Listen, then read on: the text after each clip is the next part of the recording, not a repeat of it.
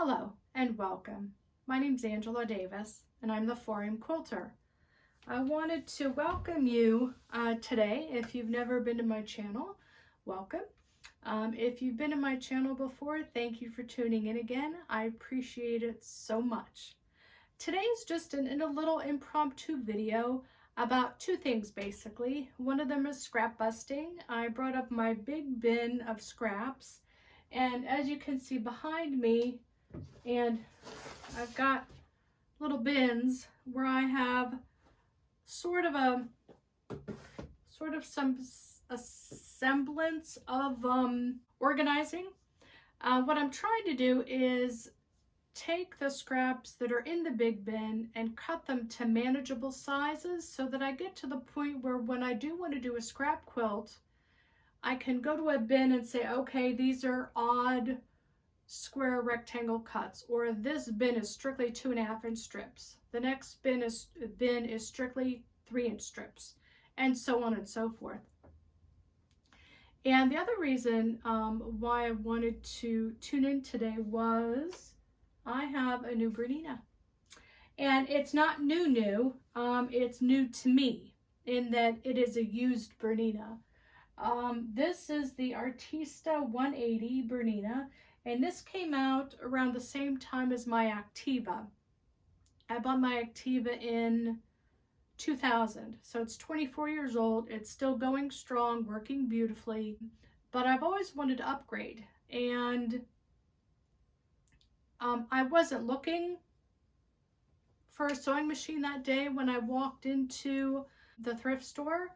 However, I went in actually to look at the books. And I happened to walk by the sewing area and I saw the back of it. And I'm like, oh, there's a sewing machine over there. And I sort of could tell by the shape that it might have been a Bernina or another model shape, sort of like a Bernina. So I walked around to the front and I literally went, and I was like, oh, a Bernina in a thrift store? I've never seen a Bernina in a thrift store. So, needless to say, I was a little excited. It came with the machine. It also came with the embroidery module and the extension table. Now, I haven't taken this off yet because I'm not quite ready to dive into the embroidery module yet. So, I have it sitting in a safe place under my table where I know it won't get knocked over. But I've been acclimating myself to the machine. I paid, they have these separate. They have the machine for I think $150 or $155, and then the embroidery part that I showed you for $55. So I think I paid $150. No.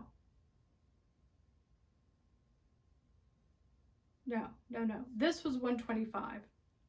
And that was $55. Because it came to, yes, this was $125 and that was $55. So, because it came to like $189 with tax, something like that. It was in the 180s. So needless to say, I was very excited. And that was the only thing I bought that day. Like I walked in, saw it, put it in the cart, bought it, and walked out the door. I mean, I was just so elated to get it home. I have tape on it right now because since I've been cutting small strips, and I've also been cutting 2.5-inch squares, and you know I don't do that. But I do want to make some scrap bins, and I've been just playing around with some scrap blocks, trying to get acclimated to my machine. So I thought this is perfect timing to go through my scrap bin and do some cutting and sorting and whatnot. But anyway, getting back to my machine. This model came out around the time as my Activa, and it has the embroidery module, and it also, I can buy an adapter, I guess, to hook up to my computer where I can actually download embroidery patterns as well. Right now, I'm just getting used to the basic functions. So, as I said, I've been trying to get acclimated with the basic functions. I've been basically doing straight stitches and zigzag stitches just to get myself familiar with the machine. It's basically set up like mine meaning my Activa, but there's differences. This knob controls the stitch length.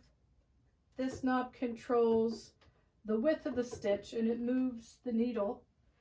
This also moves the needle to the left and right. If I touch my screen,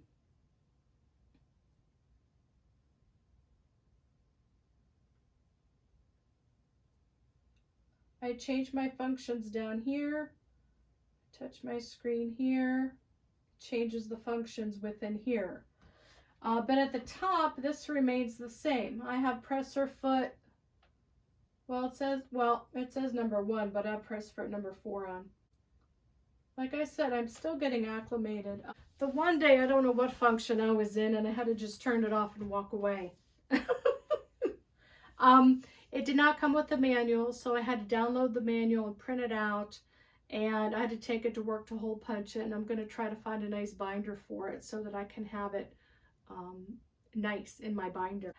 When I got it home, it was very dusty on the outside, which tells me that, you know, the person who had it hadn't used it in a very long time. It was very dusty on the outside, so I had to clean all the plastic parts on the outside, and then I had to you know, of course, open up the bobbin, the top plate, clean and dust everything out inside. I have not oiled it.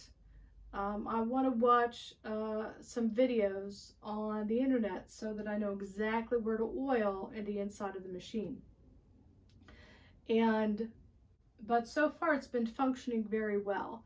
And like I said, I've been doing a lot of scrap busting, and so I thought this is a perfect opportunity to sew scraps together to get myself acclimated. And I want to show you this block because this is 7 by 7. There's 49 squares in this. And my intention is to put it next to another block that has less squares to sort of complement it. And I'm just going to keep building blocks like this until I can make a quilt top. And to just continue to dive into my scraps and use up those scraps. And these are 2.5-inch cut squares that I sewed together again. And surprisingly, it didn't take me very long.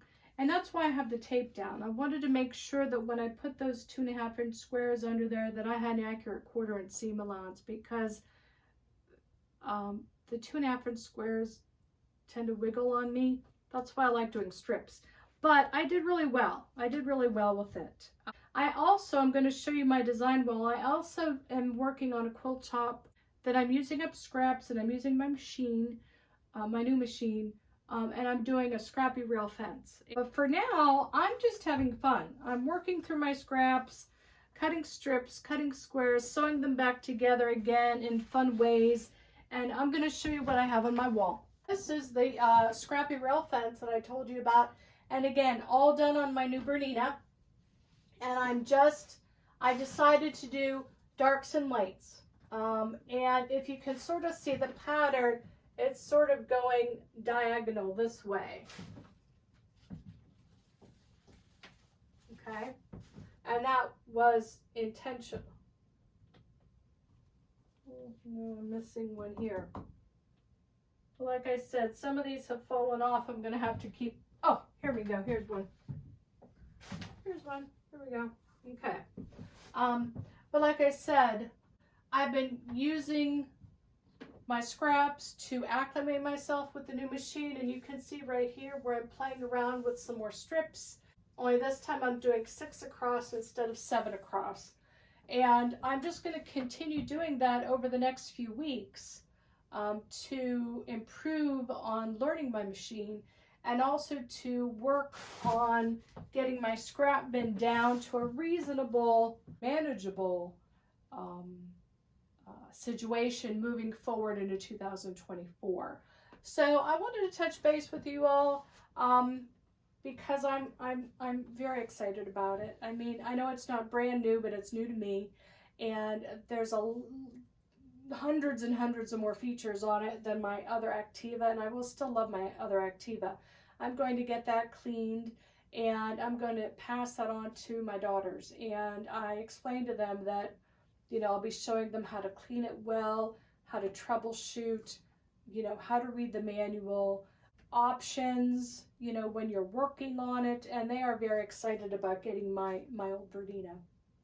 My daughters do a lot of garment sewing. They don't make quilts. They have helped me in the past, but they do a fabulous job with their garment sewing. Anyway, hope you enjoyed this impromptu video. I'm Angela Davis. I'm the 4am Quilter. Meet me here next time, and maybe I'll have this done, and maybe I'll have my curtains done, and you know, we'll continue on this journey with me scrap busting and learning my new machine. So take care, have a great night, a great evening, and I'll see you next time. I'm Angela Davis.